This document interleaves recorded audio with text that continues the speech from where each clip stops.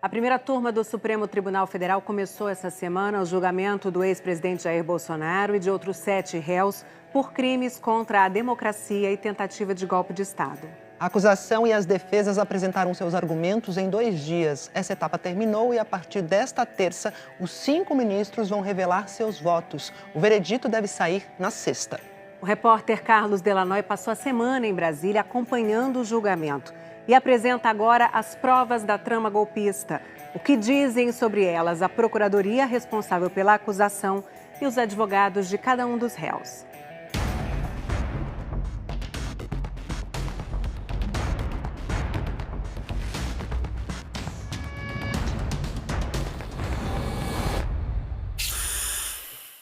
Pela primeira vez na história, a justiça brasileira levou um ex-presidente ao banco dos réus por tentativa de golpe de Estado. São 8 os réus no chamado núcleo crucial do processo. Só um, o ex-ministro da Defesa, Paulo Sérgio Nogueira, veio acompanhar pessoalmente. As defesas tiveram que atravessar um mar de microfones, cães farejadores e um forte esquema de segurança. Sempre que o advogado chega, uma correria, cercado por repórteres. São mais de 500 jornalistas credenciados para acompanhar esse julgamento que acontece no 3º andar desse prédio, conhecido como Igrejinha do Supremo Tribunal Federal. Para chegar ao auditório da primeira turma do STF, é preciso passar por 2 raios-x. Lá dentro é proibido filmar, comer ou fazer qualquer tipo de manifestação. Contamos 14 policiais armados na sala do julgamento. São 5 ministros. Alexandre de Moraes é o relator do caso. A pacificação do país, que é o desejo de todos nós, não havendo possibilidade de se confundir a saudável e necessária pacificação com a covardia do apaziguamento, que significa impunidade e desrespeito à Constituição Federal e mais, significa incentivo a novas tentativas de golpe de Estado. O Procurador-Geral da República levou 1 hora e 8 minutos para apresentar a denúncia. Os atos que compõem o panorama espantoso e tenebroso da denúncia são fenômenos de atentado com relevância criminal contra as instituições democráticas.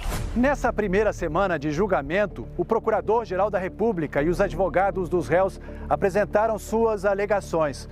A acusação apontou 5 crimes: organização criminosa armada, tentativa de abolição violenta do Estado Democrático de Direito, golpe de Estado, dano qualificado contra o patrimônio da União e deterioração de patrimônio tombado. As condenações podem passar de 40 anos de prisão. As defesas afirmaram que os réus são inocentes. Um confronto de versões que vai marcar a história do Brasil. Para Paulo Gonet, o plano tinha 3 etapas: desacreditar as urnas eletrônicas e gerar caos social para justificar decretos que instituíssem um estado de exceção. A partir daí, seria possível prolongar o mandato de Jair Bolsonaro, mesmo se ele fosse derrotado em 2022. Segundo a PGR, os atos golpistas começaram em meados de 2021, com lives, já retiradas do ar pela Justiça, em que Bolsonaro atacava o sistema de votação sem apresentar provas. Dizer que o crime de abolição do Estado de Direito começou numa live sem violência é subverter o próprio Código Penal. No dia da independência em São Paulo, o então presidente afirmou que não cumpriria decisões judiciais do ministro Alexandre de Moraes, que na época comandava o Tribunal Superior Eleitoral.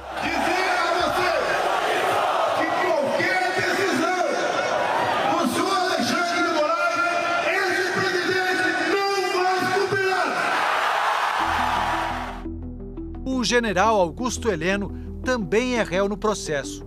Ele era ministro do Gabinete de Segurança Institucional. Vai chegar um ponto que nós não vamos poder mais falar. Nós vamos ter que agir. Segundo a PGR, a fala do general Heleno nessa reunião ministerial de maio de 2022 confirma que havia planejamento para criar caos social. Se tiver de dar soco na mesa antes das eleições, se tiver que ligar a mesa antes das eleições.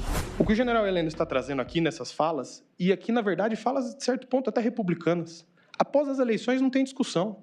Após as eleições não tem o que falar. Até o próprio presidente Bolsonaro falava isso. Quem ganhou a maioria dos votos leva.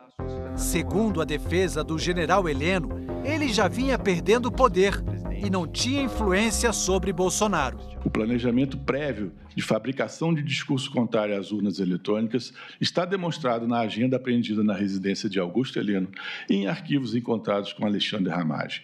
Alexandre Ramagem era chefe da Agência Brasileira de Inteligência, a ABIN.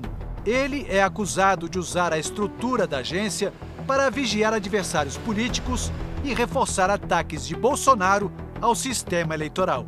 Alexandre Ramagem sempre falou, eu faço anotações de tudo.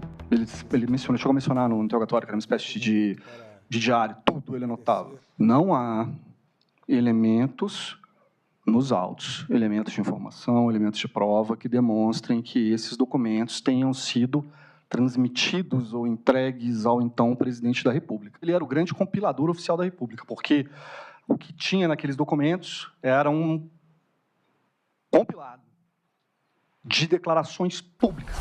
A Procuradoria-Geral da República reuniu fatos de conhecimento público, além de depoimentos, mensagens, vídeos e outros documentos obtidos na investigação da Polícia Federal.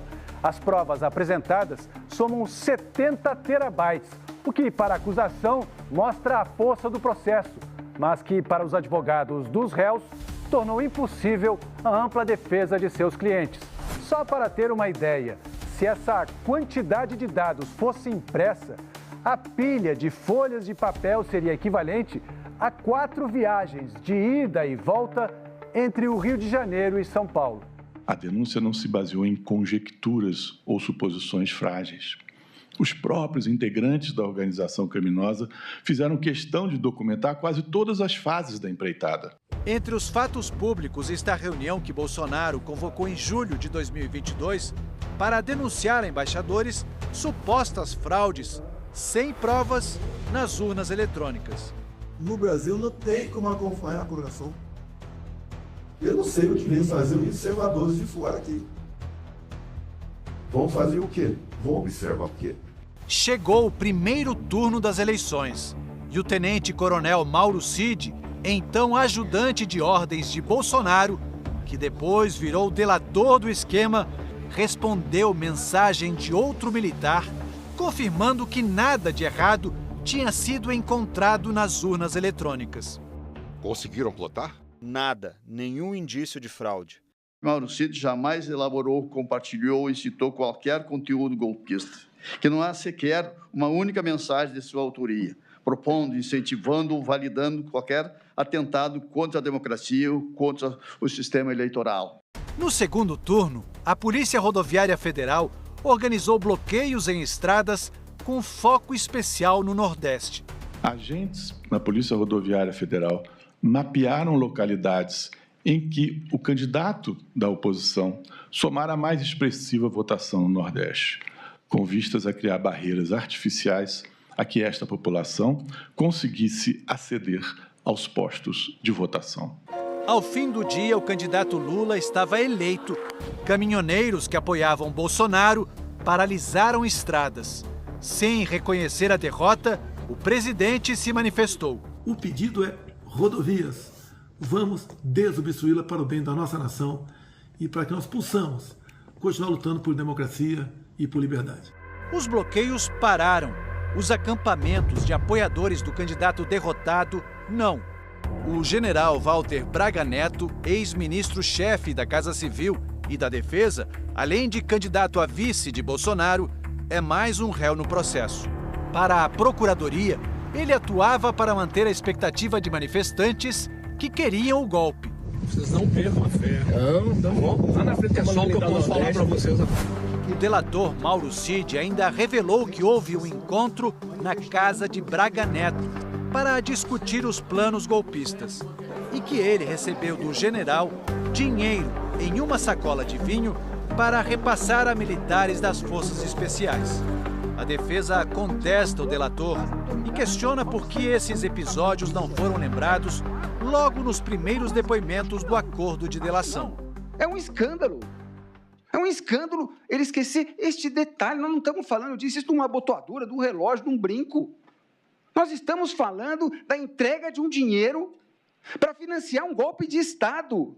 E vai se dar credibilidade a esse réu delator que mente descaradamente o tempo inteiro, que mente nessa corte, que mente perante no interrogatório. Não é possível. Meu cliente está preso com base na delação dele. Uma das provas mais importantes para a PGR é a minuta do golpe, um documento que listava supostas interferências do TSE e do STF no processo eleitoral. Previa a realização de novas eleições e a prisão de ministros do Supremo. São as diretrizes para a criação de um gabinete institucional de gestão de crise, formado em sua grande maioria por militares. E o chamado gabinete de crise governaria o país até a realização de novas eleições, mas sem data para acontecer. Uma das versões da minuta foi encontrada na casa de Anderson Torres, ex-ministro da Justiça e também réu no processo. A defesa sustenta, desde o início, que essa minuta estava circulando na internet e vinha sendo distribuída desde dezembro de 22, muito antes de ser encontrado na residência de Anderson Torres. É a minuta do Google. Ele não participou de reunião golpistas, não participou de qualquer ilação ou movimento antidemocrático.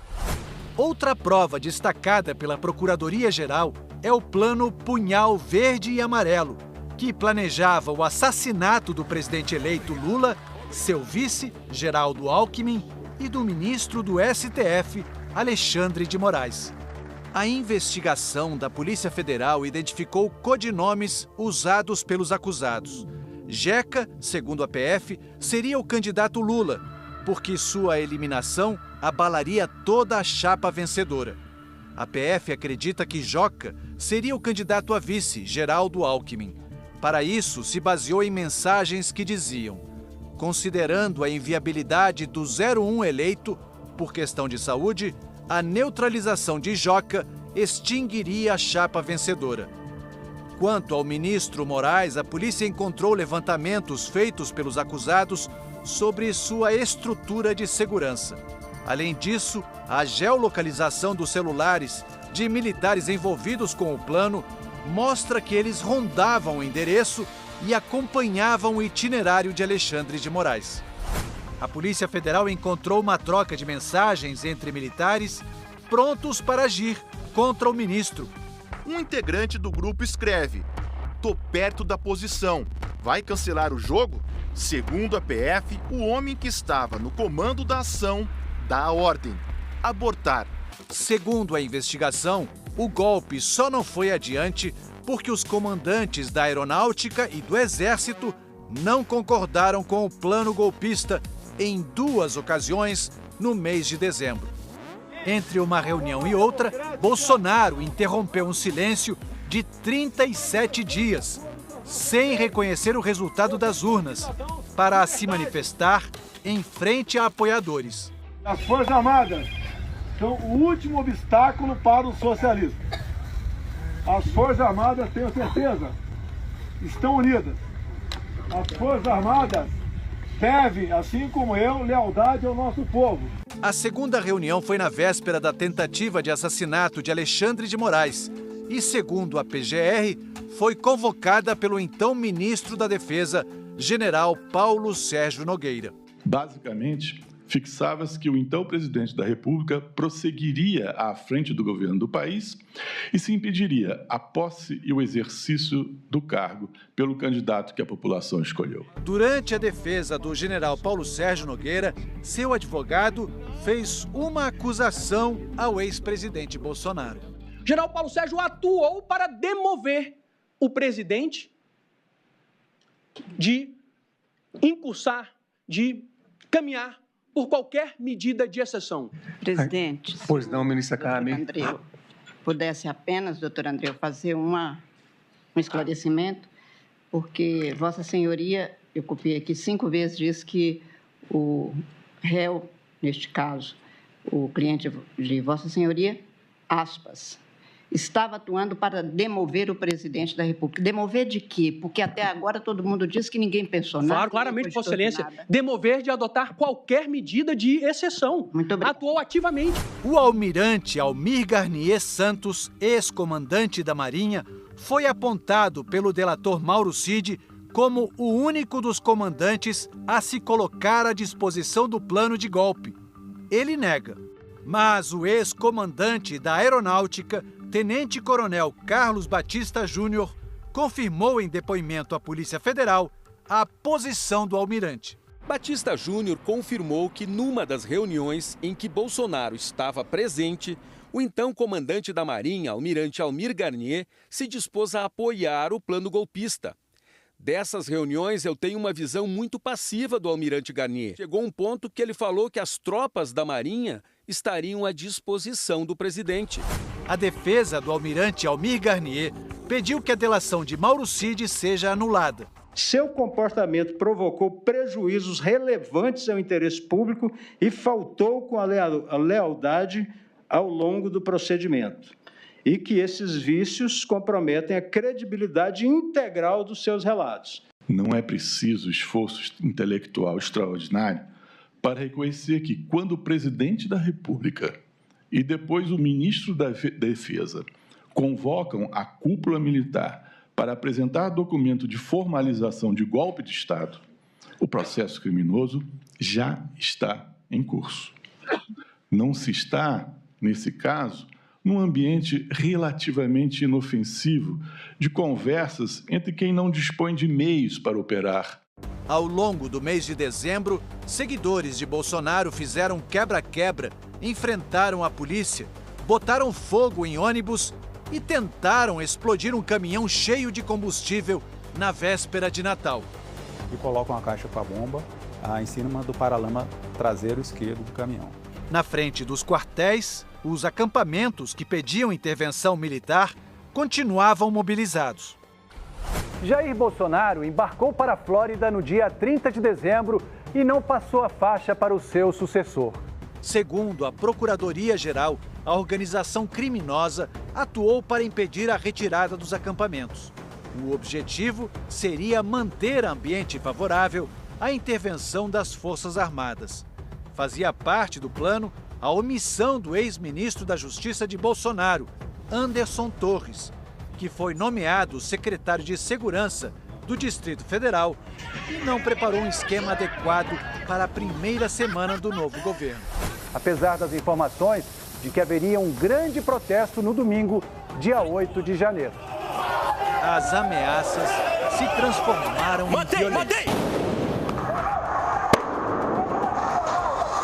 Não é possível tergiversar e acreditar que, em algum momento, há um elemento que aponte ao ex-presidente Jair Bolsonaro um ato violento ou um ato de grave ameaça. Um documento apreendido na sede do PL, partido de Bolsonaro, reforçou os argumentos da acusação. Esse objetivo chegou a ser declarado de forma expressa ao final do documento, em que se lia: Lula não sobe a rampa. O discurso encontrado na sala de Jair Bolsonaro reforça a convicção a respeito do domínio que ele possuía sobre as ações da organização criminosa, especialmente quanto ao desfecho desejado, a sua permanência autoritária no poder, mediante o uso da força. O julgamento será retomado nesta terça-feira. O relator do processo, Alexandre de Moraes, pediu 2 sessões extras. As sentenças estão previstas para sexta-feira.